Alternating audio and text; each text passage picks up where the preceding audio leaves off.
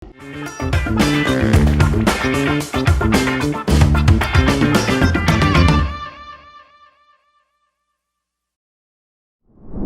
selamat siang masyarakat semua. Sekarang kita kembali lagi di podcast RSUD Kota Bogor. Saat ini kita sudah bersama dengan dokter siapa namanya? Dokter Gesti. Oke, saat ini dengan dokter Gesti kita akan membahas mengenai isu yang sedang marak saat ini ya, yaitu tentang rabies. Kita nanti akan akan membahas sedikit mengenai apa itu rabies dan bagaimana tata laksananya, khususnya untuk pelaksanaan vaksin nanti ya, Dokter Gesti ya, khususnya untuk pelaksanaan vaksin di Kota Bogor atau di RSUD Kota Bogor sendiri. Oke, mungkin daripada berlama-lama, lanjut aja langsung kita mulai ya, Dokter Gesti ya. Halo, selamat siang semuanya. Di sini saya akan memberikan informasi tentang rabies dan tata laksananya, terutama tadi vaksin ya dok ya. Karena kan memang semenjak ada viral di sosmed tentang anak yang digigit anjing yang rabies itu jadi ke-up lagi nih kasusnya. Dan kunjungan ke RSUD juga dalam 1 minggu terakhir ini banyak beberapa kasus yang ternyata digigit kucing kah atau digigit anjing gitu. Jadi di sini saya akan menjelaskan tentang rabiesnya dulu ya. Untuk rabies sendiri itu sering kita sebut dengan penyakit anjing gila, di mana suatu penyakit infeksi di sistem saraf yang disebabkan oleh virus rabies tersebut. Biasanya penularannya itu melalui dari gigitan hewan, bisa dengan kucing atau anjing kalau mungkin di sekitar sini ya. Gitu. Untuk virusnya sendiri itu family-nya masuk ke family Rhabdoviridae, di mana sebenarnya virusnya itu mati dengan sinar matahari, sinar UV, alkohol, dan juga dicuci dengan sabun. Itu bisa membunuh virusnya tersebut. Untuk penularannya tadi ya dengan gigitan, paling sering hewannya tersebut menggigit ke manusia, dan atau mungkin ada kulit yang terbuka terus dijilat oleh hewannya tersebut, itu juga bisa.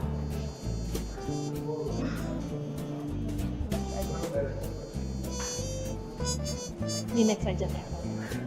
Ini untuk gejala klinisnya ada 4 fase ya. Yang pertama itu biasanya fase prodromal. Nah ini fase awal-awal. Penderitanya itu biasanya mulai demam, mulai lesu, terus tidak nafsu makan. Lalu ada fase sensoris, dimana kalau fase sensoris ini udah mulai mengganggu ke sarafnya nih dok. Udah mulai ada rasa kesemutan kah, atau kalau misalnya berat sekali bisa sampai gelisah pasiennya.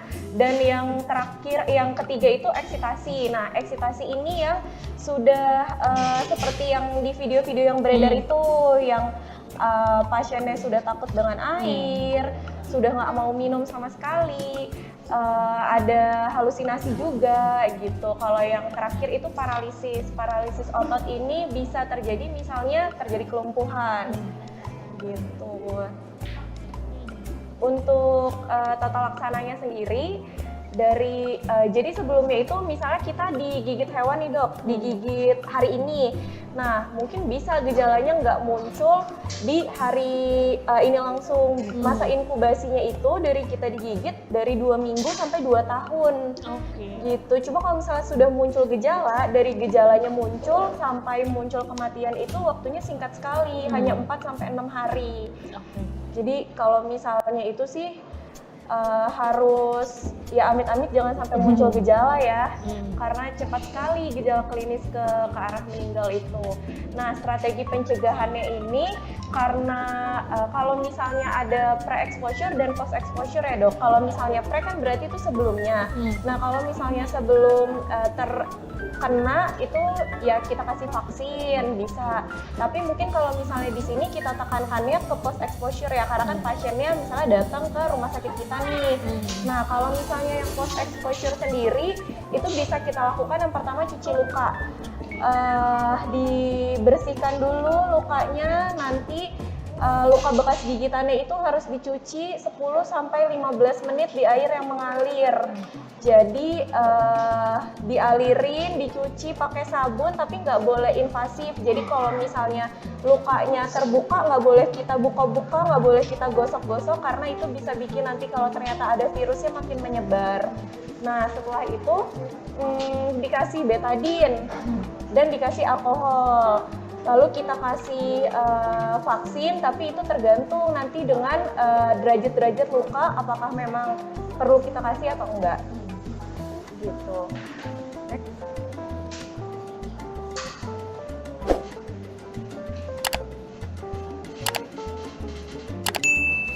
Nah ini untuk kapan kita harus memberikan vaksin atau tidak. Jadi sebenarnya kita lihat dulu nih hewan yang ngegigit kita itu apakah hewan liar atau hewan bisa diobservasi.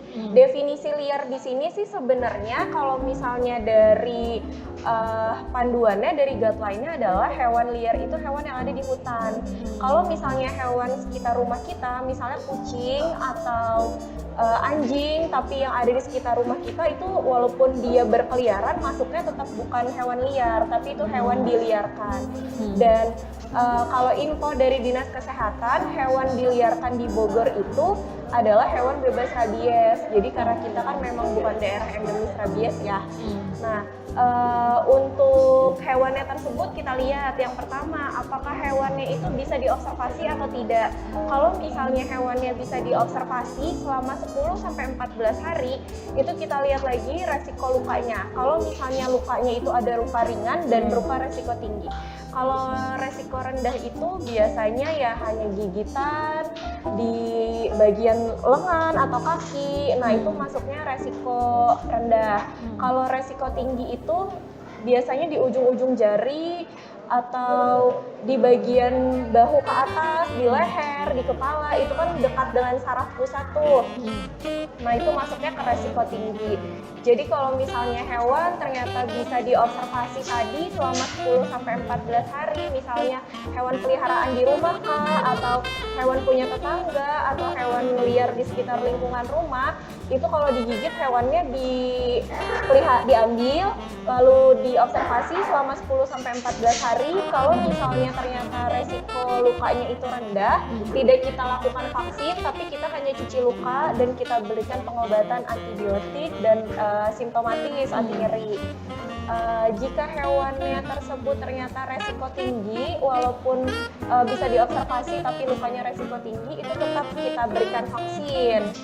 Nah, tapi kalau misalnya amit-amit selama nanti 10-14 hari ternyata hewannya itu mati walaupun lukanya resiko rendah, itu kan berarti tetap ada dugaan kalau hewan tersebut adalah hewan yang terinfeksi rabies. Nah, kalau seperti itu mau nggak mau tetap kita vaksin di hari saat laporan kalau ternyata hewan itu mati.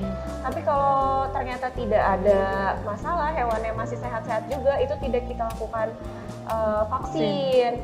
Nah, beda kalau misalnya ternyata hewannya yang menggigit pasiennya itu hewan tidak bisa diobservasi. Hewan yang tiba-tiba datang, tidak diketahui dari mana. Nah, kalau seperti itu, walaupun lukanya resiko rendah, tetap kita lakukan vaksin. Karena kan ya tadi tidak bisa diobservasi ya. Sambil nanti kita lihat lagi, jadi kan vaksin rabies ini kita suntikinnya itu di hari ke-0, hari 7, hari 21 ya dok. Jadi tuh tadi misalnya kita lihat nih hari ke-0 karena nggak bisa diobservasi, kita suntikin hari ke-0. Terus hari ke-7 kita suntikin juga, misalnya nanti tiba-tiba hari ke-10 hewannya tersebut datang lagi ke lingkungan rumah kita. Nah itu sih berarti yang hari ke-21-nya nggak perlu kita berikan vaksin karena kan observasinya tadi 10-14 hari. Gitu. Untuk vaksinnya sendiri sekarang di RSUD itu sudah menjadi center rabies ya dok. Jadi kalau misalnya memang ada kasus gigitan hewan bisa langsung ke IGD RSUD itu 24 jam bukanya untuk vaksinnya ini. Dan untuk dosis yang diberikannya itu vaksinnya kalau hari 0 itu diberikan 2 dosis. Jadi biasanya disuntikannya itu di tangan kanan dan tangan kiri. Sebenarnya kalau misalnya ada hewan terduga rabies dan ternyata lukanya resiko tinggi, sebenarnya sih baiknya diberikan SAR juga.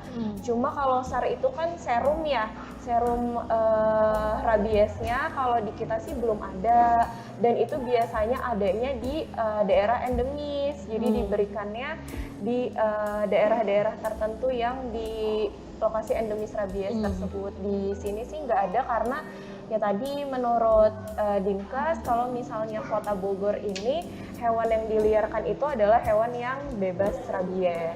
Oke. Gitu. Jadi untuk sekarang sih paling kalau misalnya ada kasus sementara kita kasihnya VAR dulu dengan beberapa indikasi seperti yang tadi. Jadi nggak semua pasien dengan kasus gigitan hewan itu kita berikan vaksin, Dok. Jadi ya harus kita lihat-lihat lagi kasusnya apa. Yang penting adalah tadi dicuci lukanya langsung mengalir dengan air sabun selama 10-15 menit tersebut. Oke. Terima kasih banyak Dokter Gesti. Itu tadi penjelasan sedikit mengenai rabies, apa itu rabies dan bagaimana cara penata laksanaannya. Untuk menyimpulkan sedikit, berarti intinya untuk vaksin rabies ini sudah ada di Kota Bogor ya, Dok, ya. Terutama di RSUD Kota Bogor sendiri itu sudah ada, dan itu dilakukan pelayanannya di mana, Dokter? Di IGD. Di IGD. Oke. Bisa langsung datang aja ke IGD dan pelayanannya sudah 24 jam di IGD. Oke, jadi pelayanan untuk pemberian vaksin rabies ini memang sudah 24 jam lewat IGD RSUD Kota Bogor. Walaupun sebenarnya ada center-center lain ya, di Kota Bogor ada di beberapa puskesmas, benar ya, Dok? Cuman mungkin kalau di beberapa puskesmas itu tidak 24 jam. Kalau di RSUD Kota Bogor ini bisa 24 jam di IGD. Untuk merekap sedikit ya, Dok, ya, dari tadi yang dokter sudah jelaskan, sudah lengkap sekali. Kita rekap sedikit, mungkin tadi ada yang ketinggalan atau kecepatan. Intinya rabies ini adalah penyakit yang ditularkan oleh hewan ya, Dok, ya. Ditularkan oleh hewan melewati gigitan.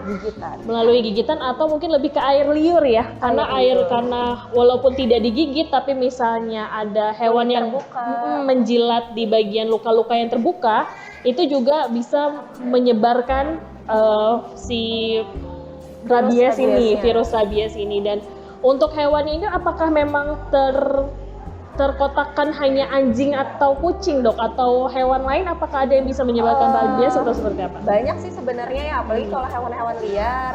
Tapi paling kalau misalnya di lingkungan sekitar kita yaitu anjing, kucing, atau kalau misalnya ada kera biasanya. Oke. Sama kelelawar juga. Kelelawar juga ya. Oke, jadi memang sebenarnya lebih utamanya ke hewan-hewan yang mamalia begitu ya, Dok, ya. Mamalia yang bercakar dan memiliki taring itu biasanya yang bisa menyebarkan rabies. Cuman memang sejauh ini yang paling sering kejadiannya adalah karena anjing maupun kucing gitu ya.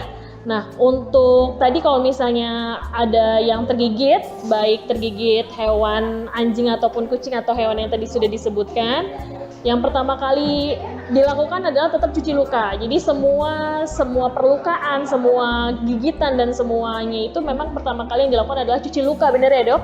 Dicuci luka dengan air yang mengalir 5-10 menit dan dilakukan antiseptik dengan menggunakan betadine atau mungkin alkohol atau antiseptik yang lainnya. Dan memang kalau misalnya kalau misalnya kita bisa melihat hewannya baiknya kita observasi begitu ya, Dok. Jadi memang rabies ini tidak hanya melulu untuk hewan-hewan yang liar gitu ya, Dok, ya. Kadang-kadang ada juga hewan peliharaan atau hewan yang biasanya kita lihat ternyata dia terkena rabies seperti itu ya. Jadi harus diobservasi selama 10 hari. Untuk ibu-ibu atau bapak-bapak yang mungkin anaknya atau rekan-rekan keluarganya ada yang terkena atau tergigit, langsung dibawa saja ke RSUD, ke IGD, nanti kita anamnesis lagi, nanti kita gali lagi jenis lukanya dan lain-lainnya untuk kita ketahui apakah ini bisa masuk kriteria vaksin atau tidak. Nah, yang pertanyaan yang paling penting nih, Dok, ini vaksinnya bayar nggak, Dok? Kalau vaksinnya sendiri sih gratis, Hmm. dan kalau misalnya memang pasiennya mempunyai BPJS, itu kalau ke IGD bisa tercover BPJS.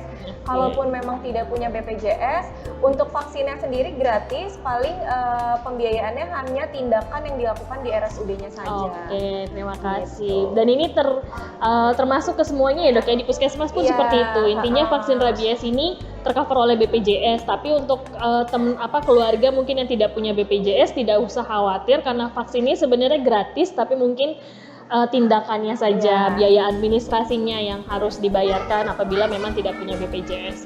Oke, itu tadi mungkin sudah dijelaskan sedikit dari Dokter Gesti dan sudah direkap sedikit. Mungkin ada pertanyaan dari luar? Dok, paling saya tambahin Oh dulu iya, ya, Dok. boleh. Jadi untuk tadi yang observasi hewannya itu kan misalnya hewan kucing kampung diambil nih sama yang keluarga digigit itu diobservasi 10 sampai 14 hari. Tapi itu tetap harus dikasih makan dan diperlakukan dengan baik ya dok. Takutnya nanti ternyata di hari ke-8 kucingnya atau hewannya mati.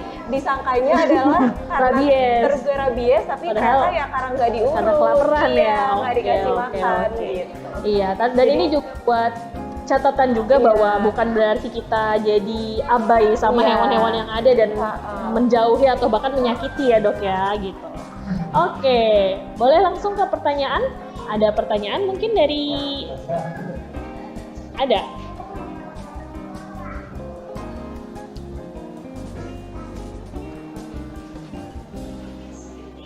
Oke, pertanyaan pertama. Halo dokter, mau bertanya, saya sempat dok digigit tikus. Langsung dibawa ke IGD saat itu tapi hanya disuntik tetanus. Apa saya sekarang perlu disuntik rabies kembali? Gimana dokter? Sebenarnya sih kalau misalnya saat ini kasus yang digigit tikus menyebabkan rabies itu jarang saya dengar, bahkan nggak ada ya. Jadi kalau misalnya memang tikus, kita kasihnya tuh memang vaksin tetanus dulu dan diberikan suntik, paling ya diberi anti nyeri, antibiotik seperti itu. Kalau misalnya untuk perlu tetanus atau enggak saat ini sih kita observasi aja dulu. Kalau misalnya memang ternyata keluhannya membaik atau nggak ada keluhan tambahan sih nggak perlu, diobservasi aja. Dan dengan suntik tetanus itu sudah cukup sih. Gitu. Oke, dan ini juga masih apa namanya? Waktunya masih belum jelas ya. Iya, dok, kapan? Kemarin kah? Sebulan yang lalu kah? Seminggu yang lalu kah? Kan kita nggak tahu. Oke, jadi nggak, untuk sementara tidak perlu dulu ya. Iya. Cukup aja dengan suntik tetanus. Oke, ada lagi pertanyaan?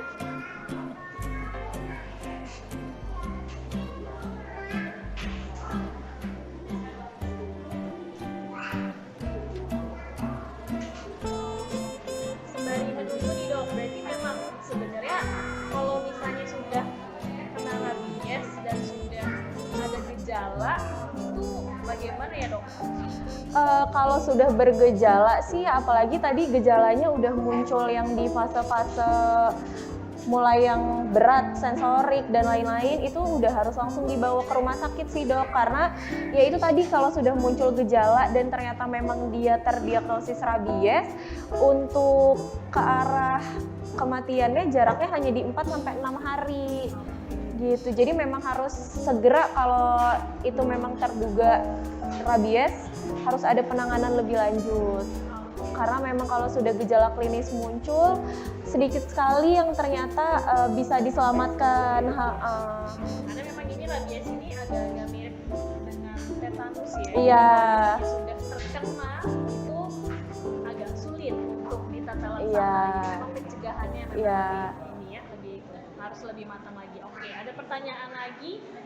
Halo dokter, mau bertanya, apa jenis vaksin yang digunakan untuk mencegah rabies dan berapa lama perlindungan vaksin itu? Apakah kita perlu divaksin berulang-ulang? Ini berarti kasusnya sebelum terekspos ya, sebelum terkena ya. Sebenarnya sih kalau misalnya kita kan ya daerah Bogor juga bukan daerah endemis ya. Kita lebih menekankannya ke arah post exposure-nya dibanding pre-exposure itu sendiri. Jadi untuk vaksin rabies apakah kita perlu dilakukan? Untuk saat ini sih melihat Bogor seperti ini sih tidak perlu, tapi yaitu dilakukan saja pencegahan terjadinya gigitan dari hewan-hewan liar tersebut. Banding kita harus melakukan vaksin. Nah untuk ulangannya sendiri itu dari guideline-nya pun ulangan untuk vaksin sebelum itu nggak ada, justru adanya yang setelah terkena tersebut. Sebenarnya kalau misalnya untuk vaksin untuk manusianya Iya. Untuk mencegah terjadinya rabies Tidak ada. Mencegah terjadinya rabies apabila sudah Terkena. exposure Iya. Justru malah yang perlu divaksin rabies justru malah Hewannya, ya. Jadi kalau memang ada hewan peliharaan atau di sekitar rumah ada hewan peliharaan, itu sih baiknya ya memang divaksin rabies biar mencegah terjadinya penularan, karena kan penularannya itu sumbernya dari hewan. Betul. Jadi memang yang kita lihat itu juga hewan-hewannya juga jangan dilupakan. Iya. Karena mereka adalah sumber awalnya dari penyebaran rabies ini. Jadi selain manusianya, hewan-hewannya juga penting nih buat teman-teman atau bapak ibu yang punya hewan, punya anabul di rumahnya, bisa divaksin rabies. Justru ada programnya setahu saya kalau misalnya untuk hewan-hewan, tapi kalau untuk manusia sendiri memang belum ada ya dok ya. Oke, lanjut yang terakhir, ada pertanyaan selanjutnya dok, kenapa jika terkena rabies takut dengan air? Itu sih karena kan memang rabies itu menyerang dari sistem saraf pusatnya ya. Nah, kebetulan memang rabies ini virusnya itu menyerang sistem saraf pusat yang mempersarafi sensoris dan juga keluhan-keluhannya ini. Jadi misalnya dari takut air, selain takut air sebenarnya banyak, ada cahaya juga, terus lain-lain banyak yang selain dari takut air ini. Cuma memang yang paling jelas itu biasanya karena pasiennya kan nggak mau minum, jadi takut air gitu karena nggak mau minumnya. Nah sebenarnya sih karena itu tadi menyerang sistem saraf pusat dan sensorisnya juga itu yang menyebabkan keluhan-keluhannya itu muncul gitu. Mungkin izin menambahkan juga, intinya kalau pasien-pasien rabies itu bisa menyebabkan hipersensitif ya. Iya. Jadi hipersensitif si pasiennya ini. Jadi bukan dia takut melihat air terus takut gitu, bukan, tapi karena dia bersentuhan dengan air dia hipersensitif, jadi responnya itu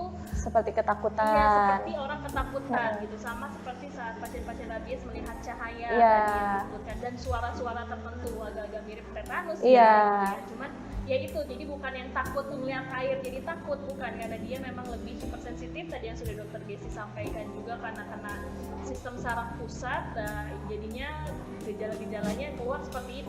Seperti itu. Oke, ada pertanyaan lagi dokter, apakah di RSUD jika berobat rabies ini bisa di cover BPJS? Sebenarnya tadi udah dijawab ya, bisa.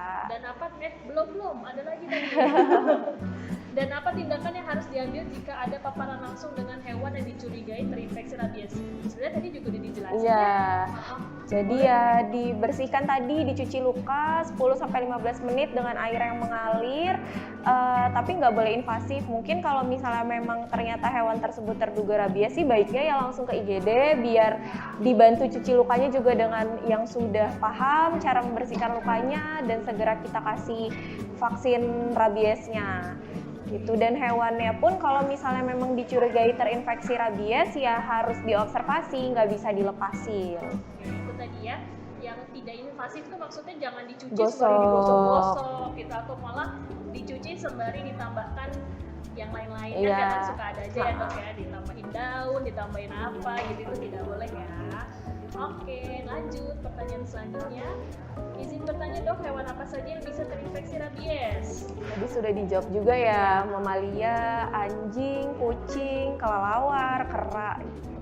Yang paling banyak sih untuk di sekitar kita yaitu tadi anjing dan kucing. Lanjut. Selamat siang dokter, adakah tips and trick atau tindakan pencegahan yang perlu diambil oleh komunitas atau masyarakat yang tinggal di daerah dengan resiko tinggi terkena rabies?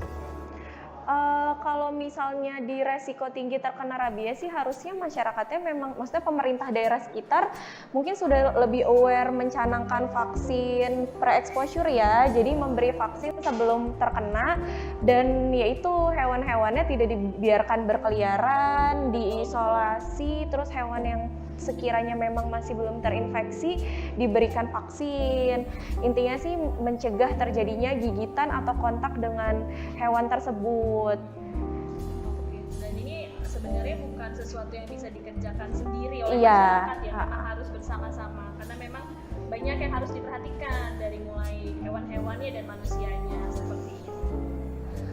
Oke, pertanyaan selanjutnya Dok, untuk mendeteksi hewan yang terkena rabies itu bagaimana? Dan jika ternyata hewan yang telah dimakan ternyata terkena rabies, bagaimana penanganan yang harus dilakukan?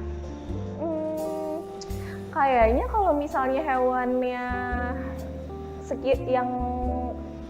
yang menyebarkan rabies itu jarang yang kita makan ya, kecuali kalau misalnya memang ada yang makan anjing kah atau kelelawar mungkin kan itu ada. Tapi kalau misalnya hewan rabies itu kan kelihatan tuh udah ada gejala-gejalanya, atau bahkan sebelum dia ternyata disembelih sakit, terlihat sakit, itu kan sudah pasti juga tidak akan dikonsumsi. Tapi kalau misalnya ternyata hewannya itu mati dengan infeksi rabies sih, kan penularannya sendiri terjadi tadi dari air liurnya ya. Jadi bukan karena dari dagingnya gitu, tapi dari air liurnya. Tapi ya harusnya sih kalau misalnya memang ternyata hewannya sudah sakit, ya nggak akan dikonsumsi juga sih ya Dok. Untuk mendeteksinya ya paling dari gejala hewan-hewannya. Gejalanya ya seperti itu tadi, anjing gila ya sebutannya, hewannya jadi agresif, terus mau ngegigit terus, mau nyerang terus. Ya itu sih paling untuk lebih itunya diobservasi ke penangkaran hewan ya, biar bisa diobservasi lebih lanjut hewannya. Mungkin kalau misalnya untuk mendeteksi hewan yang kita pelihara akan lebih mudah kan? Iya. Karena kita tahu sifat dan lain-lainnya. Biasanya itu tadi yang Dokter Jessi sebutkan sudah lebih agresif, lebih berliur, Iya. dan pergerakannya tuh Kayak nggak mau jelas nyerang, gitu. iya. Dan lebih mau menyerang. Tapi mungkin kalau misalnya untuk hewan-hewan yang di jalan, baiknya apapun hewannya, bagaimanapun bentuknya, mungkin saat ini dihindari dulu Iya. aja kali ya Dok, karena kita nggak tahu seperti apa gitu ya. Oke, lanjut, ada lagi pertanyaannya. Oke, selamat siang dokter, izin bertanya, berbahayakah apabila ada orang kena gigitan hewan rabies tapi kena air hujan walaupun sudah disuntik vaksin? Terima kasih. Sebenarnya bukan airnya yang menyebabkan bahaya ke pasiennya ya Dok, itu tadi karena hidrofobia itu karena gangguan dari sistem saraf pusat pasiennya. Jadi kalau misalnya pasiennya sih kalau terkena air nggak apa-apa, cuma itu tadi karena hipersensitifnya, bahkan untuk ngedeketin air aja pasiennya tuh nggak mau biasanya gitu. Jadi memang bukan berarti kalau udah terkena gigitan jadi nggak boleh kena air ya, Iya. nggak boleh mandi dong nanti Iya. ya, tapi enggak, justru malah harus dibersihkan. Tapi memang kalau misalnya gejalanya sudah ada, pasiennya akan jadi jauh lebih sensitif Iya. terhadap air. Dan itu kan berarti kalau gejalanya memang sudah muncul, sudah berat sekali rabiesnya. Iya. Tapi ya itu bukan berarti kalau digigit jadi nggak boleh mandi. Iya. gitu ya. Harus Justru tetap kan dibersihkan, kita gitu. bersihin pakai air mengalir 10-15 menit tadi. Oke, oh sudah? Oke. Masih ada lagi? Penutupan, oke. Oke, itu sudah selesai ya bincang-bincang kita Iya. tentang rabies kali ini. Intinya adalah rabies itu memang benar adanya, sekarang juga sedang ada, tapi tenang aja, mungkin di Kota Bogor ini masih belum. Dan jangan, kalau bisa jangan menjadi daerah endemis untuk rabies.